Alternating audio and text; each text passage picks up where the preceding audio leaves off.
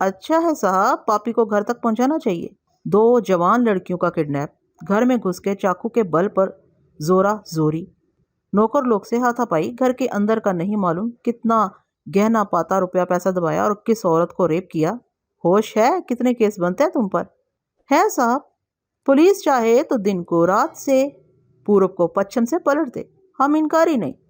ابھی پولیس کا کیس بھی لگاؤ تو انکاری بھی نہیں ہے۔ پتہ ہے آپ کو کیا کیا آتا ہے؟ ہتھ کڑی، حوالات، ڈنڈا ڈولی، کچہری، جیل سولی، سارے کی جانکاری ہے۔ لگتا ہے پولیس سے ناتا پڑتا رہتا ہے۔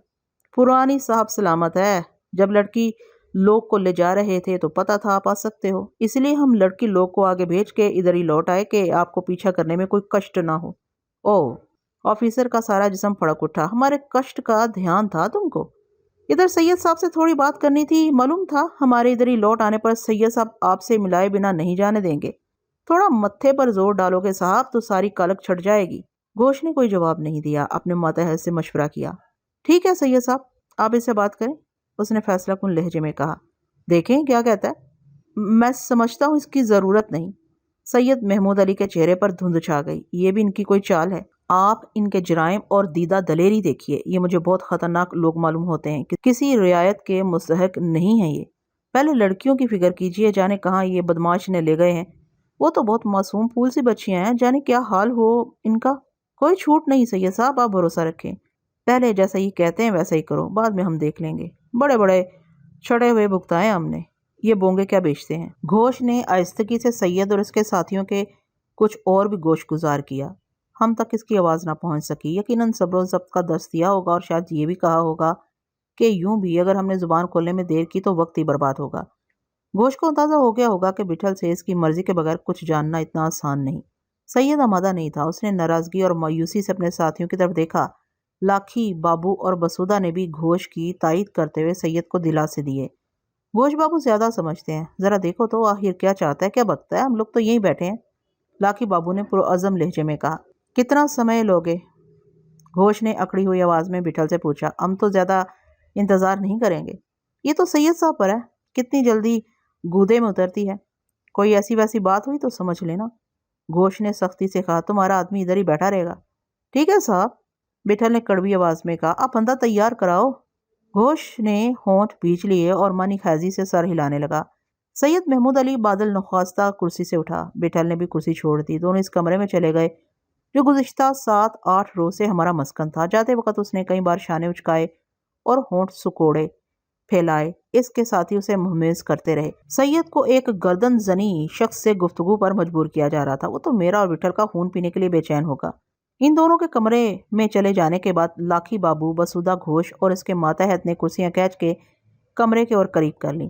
اس کے ارد گرد کھڑے ہوئے ملازمین نے بھی گھیرا تنگ کر دیا۔ دربان ابھی تک بندوق کھینچے ہوئے تھا۔ دونوں سپاہیوں نے کندھوں سے بندوقیں اتار کے ہاتھوں میں دبا لی۔ سب کی نگاہیں دروازے پر مرکوز تھی۔ ابتدا میں کوئی دیر خاموشی رہی، پھر لاکھی بابو اور بسودہ نے باقی رہ جانے والی ردات گھوش کو سنانے میں چڑھ بڑھ کے بیانات دینے شروع کر دیے، یہ پرواہ کیے بغیر کہ میں ان کے سامنے بیٹھا ہوں۔ بیان کو بیتا ہوا انداز کچھ سے کچھ کر دیتا ہے۔ انہوں نے زنان خانے میں عورتوں سے میری بدسلوکی کا ذکر کرتے ہوئے کچھ ایسے تیکن کا اظہار کیا جیسے سب کچھ ان کے سامنے ہوا ہو۔ کچھ ابن بشارت نظرو وغیرہ نے بھی حاشیہ آرائی کی ہوگی۔ کمرے میں دربان سے بندوق چھین لینے اور بٹے مارنے کے واقعے میں انہوں نے خوب فسانت رازی کی۔ گھوش کے انہماک سے ان کی زبان اور رواں ہوتی رہی۔ وہ تکرار کرتے اور حیرانی کا اظہار کرتے رہے۔ جناب مجھے تو یہ آدمی مجرم معلوم ہوتے ہیں۔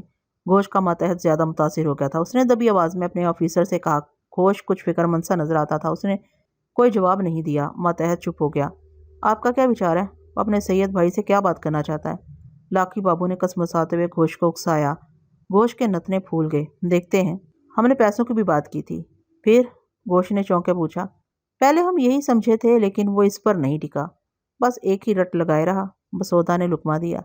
میرا خیال ہے میں نے اس آدمی کو کہیں دیکھا ہے۔ گھوش نے بدبداتے ہوئے انگریزی میں اپنے ماتحت سے کہا۔ کہاں جناب؟ ماتحت نے حیرانی سے پوچھا۔ کچھ یاد نہیں آ رہا۔ گھوش رک رک کر بولا۔ یاد آ سکتا ہے، یاد کیجئے جناب۔ ماتحت کا اشتیاق دیدنی تھا۔ اس سے بہت فرق پڑ سکتا ہے۔ یہ سوچ رہا ہوں مگر کہاں؟ بہت سی جگہوں پر آپ کا تبادلہ ہوا ہے۔ میں نے ذہن پر زور دیا، مجھے بھی کچھ یاد نہیں آ رہا تھا۔ آسنسول سے کولکتہ اتنا زیادہ دور نہیں تھا۔ آسنسول سے کولکتہ اتنا دور نہیں ہے، ممکن ہے کبھی کولکتہ میں اس کا تبادلہ ہوا ہو۔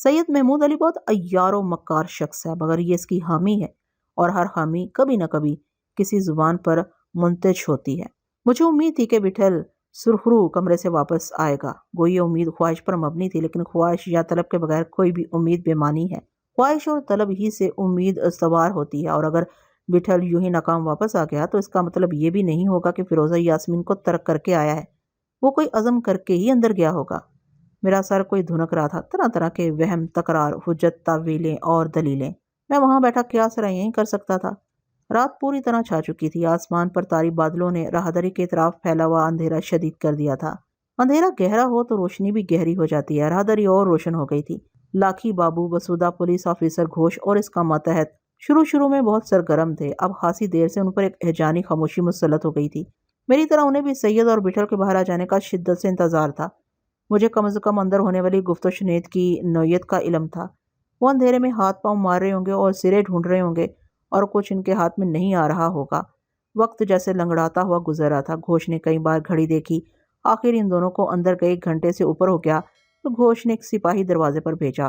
اس نے پہلے کان لگا کے سن گن لینے کی کوشش کی، پھر گھوش کی اجازت سے آہستہ سے دستک دی۔ اندر سے انتظار کے لیے کہا گیا، آواز سید کی تھی۔ سپاہی کے جواب سے انہیں کچھ تسلی ہو گئی، شاید یہ جان کے کہ سید ابھی زندہ ہے اور ہوش و حواس بھی قائم ہے۔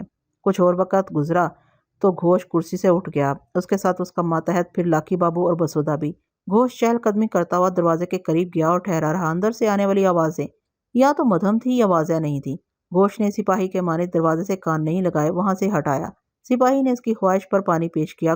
گھوش نے کھڑے کھڑے سارا گلاس انڈیل لیا اور کچھ دیر یوں ہی ٹہلتا رہا، دوبارہ کرسی پر بیٹھ گیا۔ یہ اندر کیا کر رہے ہیں؟ وہ بڑبڑاتے ہوئے اپنے ماتحت سے انگریزی میں بولا۔ کچھ سمجھ نہیں آتا جناب، ماتحت نے اضطراری لہجے میں جواب دیا۔ ہمیں کچھ اور دیر انتظار کرنا چاہیے۔ کچھ توقف کے بعد لاکھی بابو، بسودہ اور گھوش کا ماتحت بھی کرسیوں پر بیٹھ گئے۔ ان کے آس پاس کھڑے ہوئے لوگوں کے شانے ڈھلک گئے تھے۔ دربار نے بندوق نیچے کر لی تھی، سپاہیوں نے بھی بندوق کی بٹیں فرش سے ٹکا دی تھی۔ ان سب کی نظروں کا ہدف میں تھا یا کمرے کا دروازہ؟ میری حیثیت کسی یرغمالی کی تھی، بلکہ اصل میں تو میں کسی اچھوت سے بدتر تھا۔ میرے پیروں میں بیڑی نہیں تھی، لیکن میں نہ کہیں جا سکتا تھا نہ آ سکتا تھا۔ میں نے ایسی کوئی کوشش بھی نہیں کی۔ پولیس آفیسر گھوش کا بڑھتا ہوا اضطراب محسوس کر رہے تھے اور کچھ پشیمان سے نظر آنے لگے تھے۔ چنانچہ اس تاخیر پر وہ تعجب کا اظہار کرنے لگے۔ ان کی سرگرانی کا نہ جانے کیا عالم ہوتا اگر کچھ اور وقت اسی طرح گزر جاتا، مگر جلد ہی دروازے پر ہونے والی ہٹ سے وہ ہڑبڑا گئے۔ ہر شخص میں بجلی سی دوڑ گئی، اس کا ماتحت بھی چوکسی پر ایستادہ ہو گیا۔ جالی کا دروازہ کھلنے پر وہ دونوں برآمد ہوئے۔ آگے سید محمود علی تھا۔ میرا دھڑکتا ہوا دل ایک لمحے کے لیے تو بند ہو گیا، دوسرے لمحے سب کچھ عیاں تھا۔ سید کا چہرہ میرے سامنے تھا، دھندلا دھندلا، دھواں دھواں، پیشانی پر سلوٹیں پڑی ہوئیں۔ 1-1.5 گھنٹے میں جیسے عمر بڑھ گئی ہو۔ وہ سارے ایک دم اٹھ کھڑے ہوئے۔ لاکھی بابو، بسودہ، گھوش اور اس کے ماتحت نے سید کے قریب آنے کا انتظار نہیں کیا، آگے جا کے اسے گھیر لیا۔ سید کی نظریں جھکی ہوئی تھی۔ کیا بات ہے؟ بسودہ نے مدہوش لہجے میں پوچھا۔ سید نے بدقت کہا، کچھ نہیں۔ اتنی دیر کیوں ہو گئی؟ لاکھی بابو نے بے قراری سے سید کا بازو پکڑ لیا۔ ہو گئی بس، سید نے پسمردگی سے کہا۔ کیا کہتا ہے وہ؟ بتاؤں گا، سید نے دلگرفتہ آواز میں کہا۔ تم ٹھیک تو ہو بھیا؟ لاکھی بابو نے آشفتگی سے پوچھا۔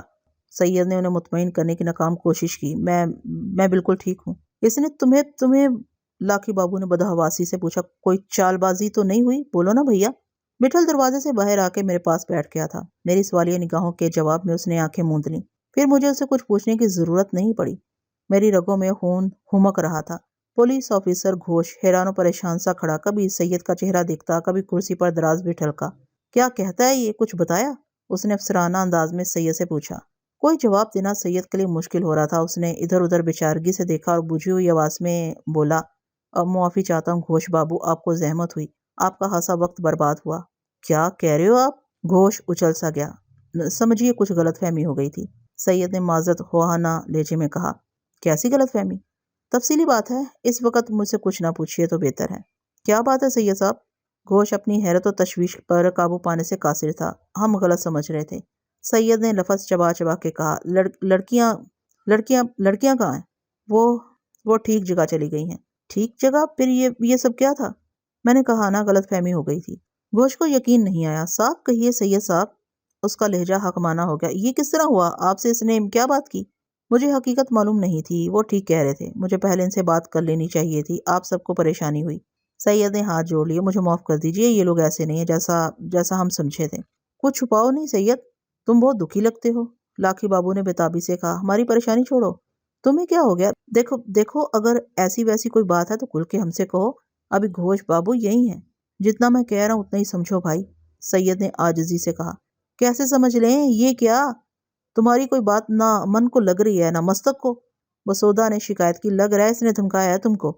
وہ سینے پر ہاتھ رکھ کے کہنے لگا. سمجھ لو یہ دونوں ایسے یہاں سے نہیں جا سکتے، ہم ابھی زندہ ہیں. ہم کو صاف صاف بتاؤ بھیا، بات کیا ہے؟ بات مت بڑھاؤ بسودا، اب ختم سمجھو، ختم کرو. سید نے دوبارہ ہاتھ جوڑ لیے. ہم انہیں تھانے لے جاتے ہیں، گھوش نے حکم سنایا. نہیں گھوش بابو، اس کی ضرورت نہیں ہے. اب میرے ان کے درمیان سب کچھ طے ہو چکا ہے، یہ میرے مہمان ہیں. گھوش کا چہرہ سرخ ہو گیا. اس نے پلٹ کے رنج اور غصے سے اپنے ماتحت کو دیکھا. کچھ کہہ نہ سکا. ماتحت نے مایوسی سے کہا. یہ حیران کن ہے جناب، نہایت پراسرار. اس نے ضرور سید کو ڈرایا دھمکایا ہے. گھوش نے جھجکتے ہوئے رائے ظاہر کی. مگر ہم کیا کر سکتے ہیں؟ بے شک جناب، کوئی شکایت نہ ہونے کی صورت میں ہم کیا کر سکتے ہیں؟ ماتحت نے اپنے آفیسر کی تائید کی. مگر سید کو کہیں بعد میں پریشانی نہ ہو. وہ کیسا مجبور اور ہراساں معلوم ہو رہا ہے. تم نے اس کا حال دیکھا؟ اب وہ بالکل ایک بدلا ہوا آدمی نظر آتا ہے. وہ خود انہیں ہمارے سپرد کرنے پر آمادہ نہ ہو تو ہم کیا کر سکتے ہیں جناب؟ ہم اپنے طور پر کارروائی کر سکتے ہیں. وہ انگریزی میں باتیں کر رہے تھے. میں نے سوچا میں دخل دوں. مجھے پہلو بدلتے دیکھ کے بٹھل میری نیت پھام کیا. اس نے میرا ہاتھ دبا کے مجھے خاموش رہنے کی تاکید کر دی. لاکھی بابو اور بسودا سید کو گھوش سے کچھ فاصلے پر لے گئے تھے اور سید کی قلب ماہیت کا سبب جاننے کی کوشش کر رہے تھے. ان کی گفتگو کی بھنبھناہٹ ہی ہم تک پہنچ رہی تھی. گھوش کے اس خیال پر کہ وہ ہمیں تھانے لے جا کے اپنے طور پر کارروائی کر سکتا ہے، اس کے ماتحت نے مؤدبانہ اسے مشورہ دیا.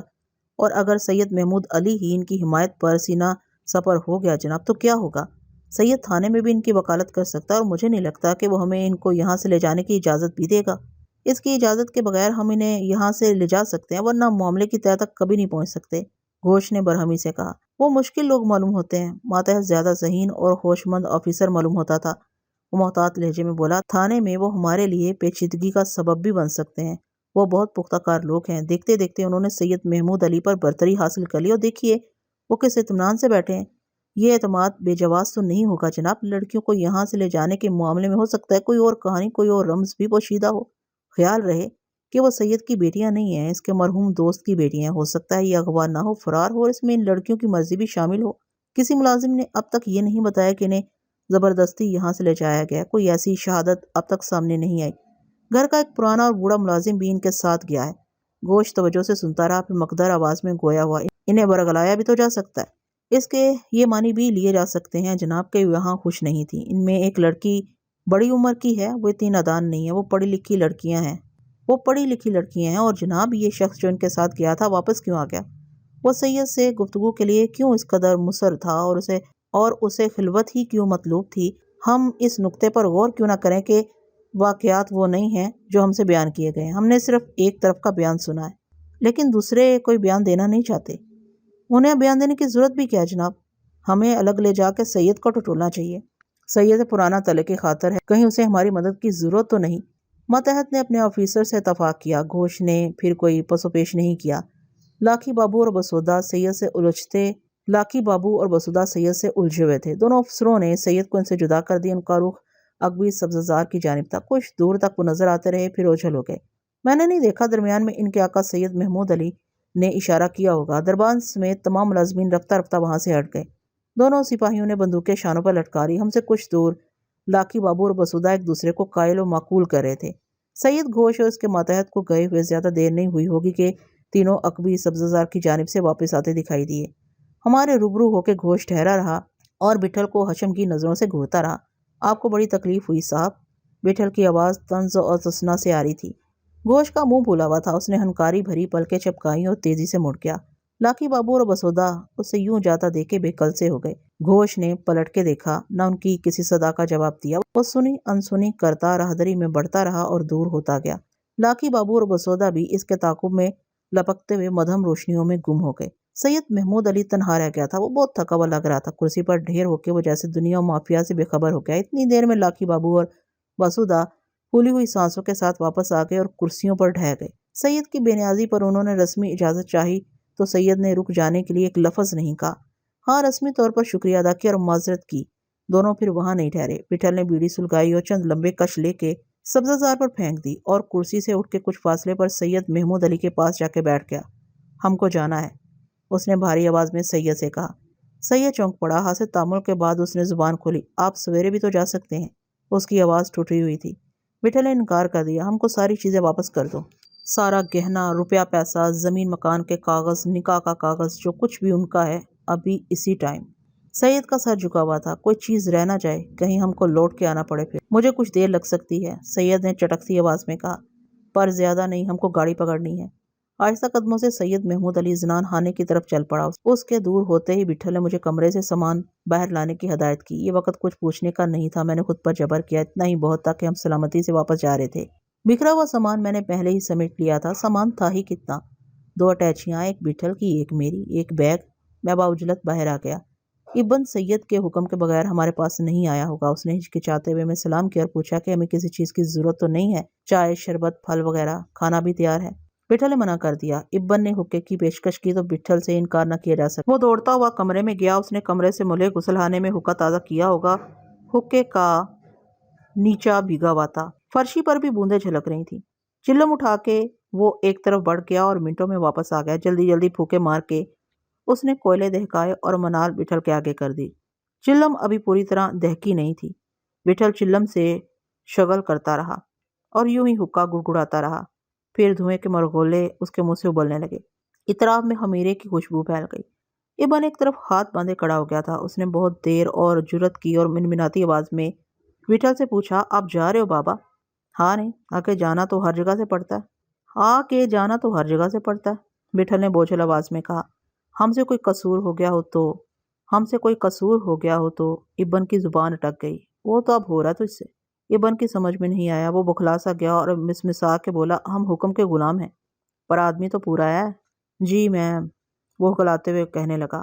وہ ہکلانے لگا، تھوڑا دیدے بھی کھلے رکھا کر۔ ابن نے سر جھکا لیا۔ اس کی آنکھیں ڈب آ گئیں۔ کچھ پاس بھی رکھ، پورا بیچ دیا کیا؟ ابن کو کسی کے آ جانے اور دیکھ لینے کی پرواہ نہیں تھی۔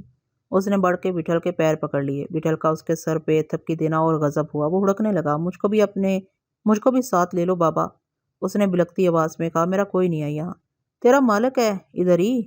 نہیں بابا، اب یہاں رہنے کو من نہیں کرتا، وہ فریادی لہجے میں بولا۔ میرا ہاتھ بھی تھام لو، آپ کی اور چھوٹے صاحب کی خدمت کروں گا زندگی بھر۔ پھر کبھی کوئی شکایت ہو تو جوتے مارنا، جوتے مار کے نکال دینا۔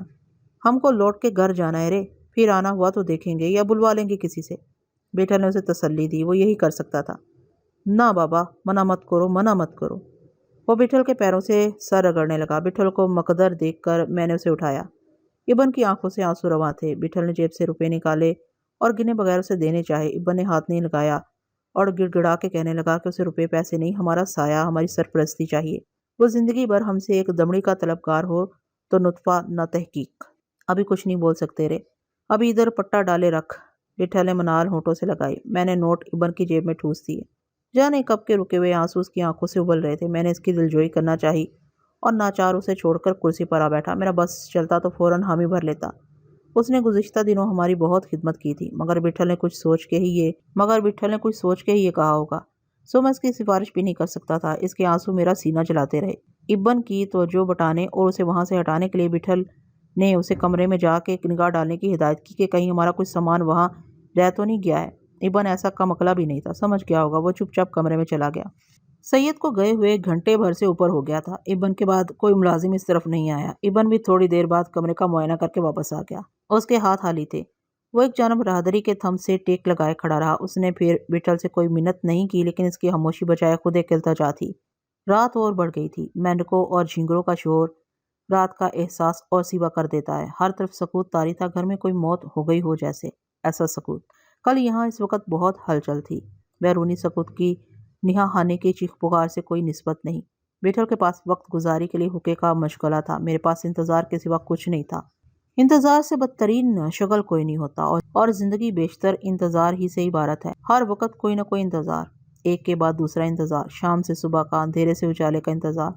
یہ سلسلہ کبھی ختم نہیں ہوتا۔ بڑے عرصے پر پھیلے ہوئے انتظار میں آدمی کو صبر آ جاتا ہے۔ یہ چھوٹے چھوٹے انتظار بہت جان لیوا ہوتے ہیں۔ اب سارے مرحلے نپٹ جانے کے بعد سید محمود علی کا انتظار تھا۔ کوئی بعید نہ تھا کہ اس وقفے میں رنگے سیار کے دماغ میں کوئی اور کمینگی نبو پا جائے۔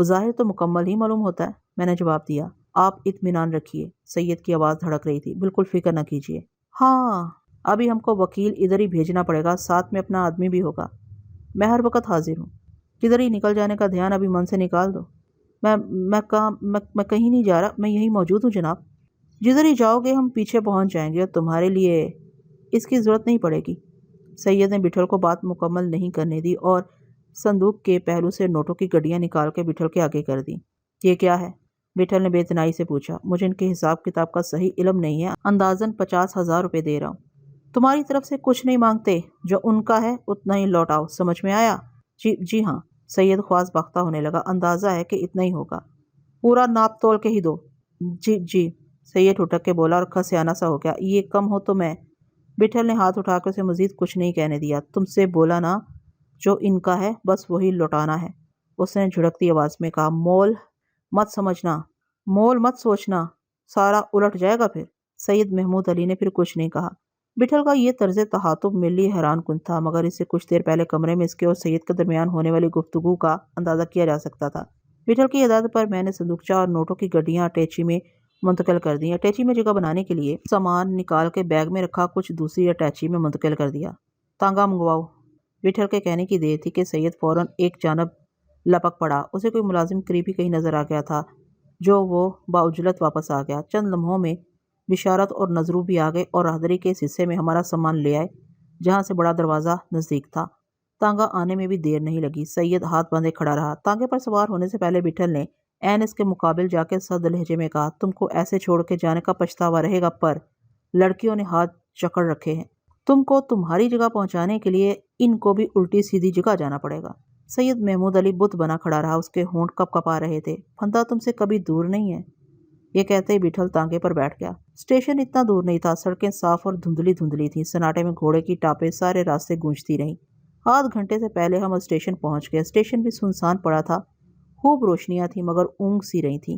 ہجوم میں روشنی بھی پرشور ہو جاتی ہے۔ کوچوان نے ہمیں بتایا کہ مغل سرائے کی طرف جانے والی گاڑی 2 گھنٹے بعد اور کولکاتے کی طرف جانے والی 2.5 گھنٹے کے بعد یہاں سے گزریں گی۔ ابھی 11 بجے تھے۔ ہم نئے ساز و سامان سے آراستہ فرسٹ کلاس کی کشادہ اور صاف ستھری انتظار گاہ میں آ گئے۔ اس انتظار گاہ کے نگران نے خوش دلی سے ہمارا استقبال کیا اور بٹھل کی فرمائش پر چائے اور بسکٹ کا انتظام کر دیا۔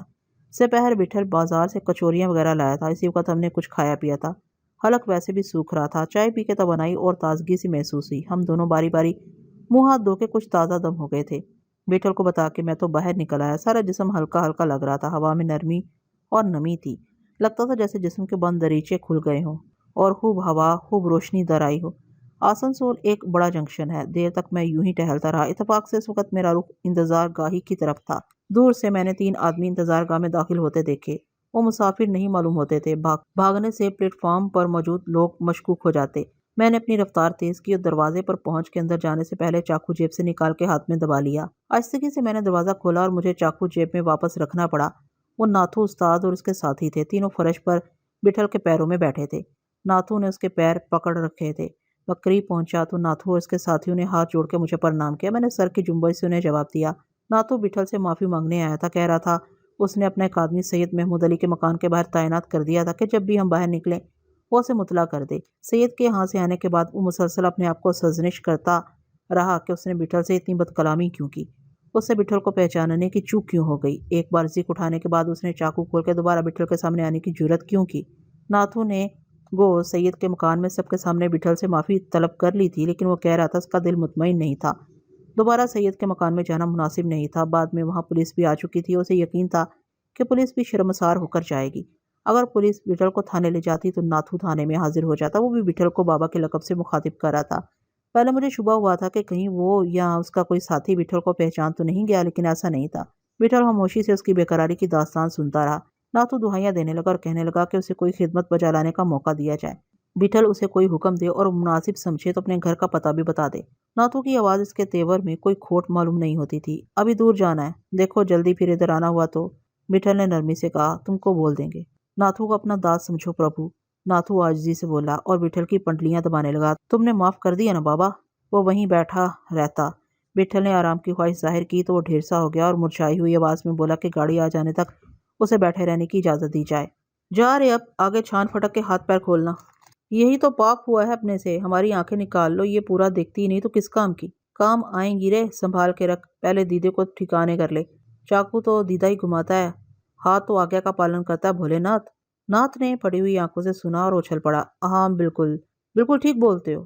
اس نے اپنے منہ پر تماچے مارے اور دیوانگی سے سر جھٹکنے اور تکرار کرنے لگا۔ اپنے داس کو معافی دیو بابا، آ گیا تو ادھر ہی، اتنا بہت ہے، یاد رہے گا تو بھی، اپنے کو چرنوں سے دور مت کرو۔ آئیں گے رے ادھر ہی لوٹ کے، بٹھل نے اکتائے ہوئے لہجے میں کہا اور اپنے پیر سمیٹ لیے۔ ناتھو جانا نہیں چاہتا تھا، اس کے ساتھی نے کوہنی مار کے اسے ٹوکا تو وہ کسمسا کے اٹھا اور ہاتھ جوڑتا ہوا الٹے قدموں دروازے تک گیا اور باہر جاتے جاتے واپس آ گیا۔ داس کو اپنی کوئی بھیڑ دے دیو بابا، اس نے بھکاریوں کے انداز میں کہا۔ بٹھل نے جیب سے چاقو نکال کے اچھال دیا۔ ناتھو نے مشاقی سے اسے پکڑ لیا اور آنکھوں سے لگایا، بار بار چومتا رہا۔ داس دیپ جلائے بیٹھا رہے گا، اس نے پگھلی ہوئی آواز میں کہا اور انتظار گاہ سے نکل گیا۔ اس کے جانے کے بعد میں بٹھل کے برابر کی کرسی پر بیٹھ گیا۔ اسے پوچھنے کے لیے سر میں بے شمار باتیں گردش کر رہی تھی، لیکن میری طرح اسے بھی گزشتہ کا غبار دور کرنے کے لیے ایک عرصہ سکون اور سکوت درکار تھا۔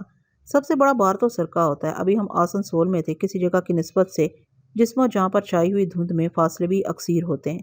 ہمیں جلد از جلد یہاں سے دور ہو جانا چاہیے تھا۔ میں چپ چاپ بیٹھا رہا، اس نے مجھ سے کوئی بات نہیں کی۔ کچھ دیر بعد اسے خیال آیا، اچھڑتی آواز میں اس نے ٹکٹ لانے کے لیے کہا اور جیب میں ہاتھ ڈالا۔ رہنے دو، کچھ روپے ہیں میرے پاس، تم ہی نے دیے تھے، خرچ ہی نہیں ہوئے۔ میرے لہجے میں غیر ارادی طور پر طنز کی آمیزش ہو گئی۔ کہاں کے ٹکٹ لاؤں؟ اس نے تامل کیا پھر بے پرواہی سے بولا، آگے کے لیا۔ آگے کہاں کے؟ ادھر ہی سے، بردان شہر ہی بڑا پڑتا ہے۔ بردان جانا ہے؟ میں نے چلا کے کہا، وہاں کیوں؟ آگے وہی تو ہے رے، بیچ میں درگا پور بھی ہے، پر اس کو بعد میں دیکھیں گے۔ کہ اب بھی آگے چلنے کا ارادہ ہے؟ اب ادھر ہی ہیں تو سارا نپٹا کے چلیں۔ اب اکٹھے ہی چلیں گے ادھر ہی، جس کام کے لیے نکلے ہیں پہلے اس کو تو پورا کر لیں۔ میں نہیں جاؤں گا۔ اپنے لہجے کی تلخی پر مجھے شرمندگی بھی ہوئی۔ تو کدھر ہی جائے گا؟ ادھر ہی تو جانا ہی ہے، وہ مفاہمت کے لہجے میں بولا۔ تجھ کو کیا مولوی کا دھیان نہیں ہے؟ یہ کون کہہ رہا ہے؟ میری بات سمجھتی کیوں نہیں؟ سمجھا رہے پھر۔ اس کی تیوری پر بل پڑ گئے۔ لگتا ہے آس چھوڑ دی تو نے۔ آج نہیں تو کل کسی جگہ پر تو ٹکے گا مولوی، پر کھوجے بنا کیسے؟ گھر بیٹھ کے تو نہیں آ جائے گا پاس اپنے؟ میں کچھ اور کہہ رہا ہوں، میں نے چڑ کے کہا۔ میں صرف کچھ دنوں کی بات کر رہا ہوں، کوئی فرق نہیں پڑے گا اگر ہم کچھ دن فیض آباد ٹھہر کے روانہ ہوں۔ تمہیں اندازہ نہیں ہمیں وہاں سے آئے ہوئے کتنا عرصہ ہو گیا۔ ابا جان کو جب ہم تبت سے لائے تھے تب وہاں ٹھہرے تھے، درمیان میں فرصت ہی نہیں ملی، اور کیا کیا حادثے ہوتے رہے، کبھی حیدرآباد، کبھی بمبئی، مراد آباد، لکھنؤ، دکن، پچھم یو پی، بہار اور اب بنگال۔ کتنے صوبے، شہر، قصبے، کچھ معلوم ہے کتنا وقت گزر گیا؟ صرف خط لکھ دینے سے تم سمجھتے ہو بات بن گئی؟ تمہاری ذمہ داری پوری ہو گئی، وہ بھی ہمارا گھر ہے۔ ابھی کچھ عرصے پہلے ہم نے سلمہ کو وہاں بھیجا ہے، ٹھیک ہے، اس کے ساتھ جمرو اور زورا تھے، لیکن اب فروزہ اور یاسمین وہاں پہنچنے والی ہیں۔ میں نے بٹھل کو ہموار کرنے کی کوششیں جاری رکھی۔ میں نے کہا، فروزہ، یاسمین اور نصیر بابا کے لیے زری کی حویلی بالکل اجنبی ہوگی۔ ہماری موجودگی ان کی اجنبیت دور کرنے میں معاون ہوگی۔ شروع میں انہیں ہمارے گداز کی بڑی ضرورت ہوگی، وہ سارا دیکھ لے گی۔ وہ بڑی گنی ہے۔ میرے لہجے کی تپش اور نیت کے صدق کا بٹھل پر کوئی اثر نہیں ہو رہا تھا۔ کہنے لگا کہ وہاں اور لوگ بھی ہیں، منیر علی کا خاندان ہے، جہانگیر ہے، نیسا ہے، ملازمین ہیں، ہو سکتا ہے جمرو اور زورا بھی، اور خانم حیدرآباد سے آ چکی ہو۔ نصیر بابا کو اچھی طرح سمجھا دیا، زری کے نام چند سطری خط بھی لکھوا کے نصیر بابا کے حوالے کر دیا ہے۔